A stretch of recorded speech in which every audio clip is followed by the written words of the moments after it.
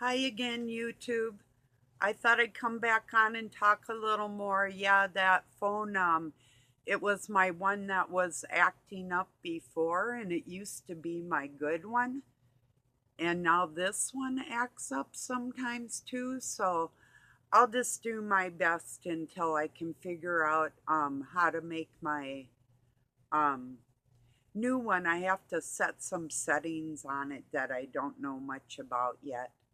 If it happens too much, maybe I'll just do lives or something. I don't know. I'll take care of it. But yeah, just if I get cut off, I love you all and I'll be back. Um, I was wondering, I wonder what the percent of people in the United States, but I mean, even the world, I wonder how many average working people have money in the bank, you know, like a savings. um, Probably not as many as what we would think. Um, I don't know. With these two banks failing, I mean, um, some of us probably have never even heard of these banks before, and there seems something fishy about it anyway, because we all know what they're trying to implement in the world towards us with the digital currency and the rest of it. So I don't know, just thinking on things like, yeah, I mean, even if a person had, say, if you had like $250,000 in there and it took you all your life to save it or something, I don't, but I mean, just say if a person did, or even $1,000, that might be even worse if a person were to lose that. But, and I know that the president, who is a disgrace, not talking to people, and I know, it's easy for people to be afraid all the time. And it's just like I had the weather on this morning, then they had a financial advisor on there, and she's like, and people are so easily afraid. And I'm like, yeah, why don't you just tell them to be more afraid? Is what she was sounding like. It's like, yeah, causing more fear, I think, than actually would the need be. So I don't know. Just seems something fishy about it. And like I said, we all know what they're trying to implement anyway with all the digital stuff. So um, it's not a great surprise. It's part of their agenda. I mean, you know, we know that. So,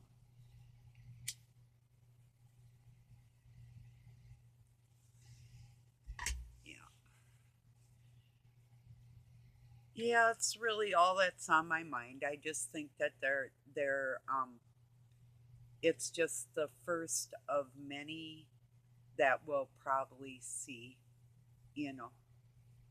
I think it was, what was it? Citibank went under, one of the bigger ones. One of the ones that we had as taxpayers bailed out. And I don't think we should have to, because the federal government could just as easily print up money, and our inflation rates are so high right now anyway, and the people just keep paying. I mean, they can't pay any more than what they do anyway. So just to put money back into the economy, I mean, they're giving it to other countries. They could just keep it here and we'd be a lot better off. Then there's countries that are indebted to us that we should start collecting on that. And if we did, we wouldn't have debt. But yeah. But then I don't run the government. I don't know that I'm qualified. Of course, anybody by themselves wasn't actually ever meant to run the government just one person. Isn't it incredible how God can run everything? And a lot of people think, well, because of the bad things and crime, and why would God allow that? Well, He does give us free will, you know, and He takes care of everybody. I think people just have to realize that you aren't this vessel. This is not who you are. We're a soul, and our soul can be put into another vessel for our eternal body, but that's still not who we are right now. And a lot of people don't even want to realize that. There might be some that could go a whole lifetime and never even think that thought that, gee, when I'm done here, what's going to happen to me? Um, or do they care? I don't know. I don't know. There's some people, even like atheism is a religion because they don't believe that there's a God. So just that in itself is a group of people and a religion as far as what their um the value or the what their let me see what I'm trying to say, what their belief system within their non-belief system. you know but I think it's just really hard to connect with other people and look around you in the world at all the things that are so miraculous and not believe that there couldn't be more when we all know that the way we are living right now, that it's not satisfactory. And if anybody says that it is, I would call them a liar, and I would think that they're not being honest. I mean, there's people I'm sure that are very well to do that maybe life just doesn't bother them on that type of level.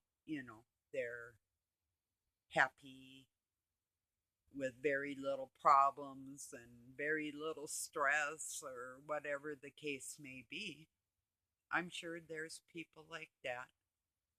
I don't know, but and I've heard people say they are like extremely happy with basically no problems, and the only problems they have are like other people's problems. It's like if I were to get on here and tell you one of my problems, you might be able to relate.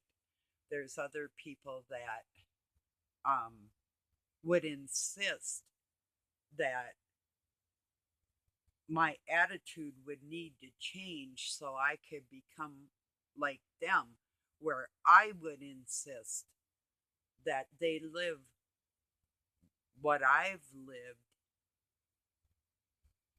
and then I know their attitude would change. So, anyway, yeah, anyway, I just didn't want to cut people off, even though I did say it might happen. It's just like, well, um, yeah, it we are lucky that our roofs, like on the shop and the house and the woodshed, all of it, with this weight of the snow on structures, sometimes caves them in. Right up on the corner, around and up a hill from us, about a mile away, one of our neighbors had their pole barn uh, cave in with this type of snow about, oh, maybe about 10, 15 years ago now. Might even been a little more than that. And they did rebuild it, but that's a real thing. when you're in a house and you've got like, well, right now, like the shop's got, oh, like 18 inches of snow on top of it. But the pile of snow, and luckily it's been sliding off. If all the snow that we had this winter was still on that roof, there wouldn't even be a shop left. So, yeah. And I've been in them type of snowstorms where I had to crawl out my window and shovel around. I couldn't get my front door open, it was snowed in. And my back one, I had to shovel to it. And I did get in, and there was cliffs of snow, each shovelful of snow. You had to go back out of the trail that you had just made and put it somewhere else because and I put it out by the road, was a dirt road on a dead end across from a lake. But I mean, there wasn't a lot of room to put any snow. I had a hill in back of me, and so I had to shovel a path, get to my door. But like I said, every shovelful I had to take and back out of there with it. It was kind of like that this morning with my shoveling too. Not really bad, but it was pretty bad. It wasn't as bad as that. I had probably cut through, I think, about 13 foot of snow, and it was way over what my door was, way past the door above my head. That was pretty freaky. I remember like a 30-foot snowdrift in our backyard when I was a kid, and I was on top of it, and I could see, I was like almost like parallel with the um, telephone poles. I could see over our house and into the city. I had like the greatest view. Usually, um, we couldn't see like that because of the trees and the stuff around the area where I lived. But that day was really weird. Then I think I've told you this before, but I'll tell you real quick. Had my dog dig a tunnel and he was going crazy. He just loved it. And so we dug into the snowdrift and I made like a fort in there. And then when I was in there, I did get a little claustrophobic because I was thinking if it fell on me, that I'd probably get squished. But I didn't think of it right away, and my dog kept digging. So when I finally figured that out, and I tried to get him to quit, and he didn't want to quit, and he was inside that snow, and I was screaming at him to get out. And then I told him to stop and I covered it up so he wouldn't go back in there. And I had him help me break the entrance to the tunnel we had dug, probably about 6 feet into the thing, a few feet around. Um, so so he was way in there, and I'm screaming for him to get out. He finally did come, but yeah. So I'm gonna leave this here so I don't get cut off, and wish you peace and love from Pine City, Minnesota, USA. Have a good night or day wherever you're at. Thank you for joining me. I'll talk to you tomorrow, pretty sure.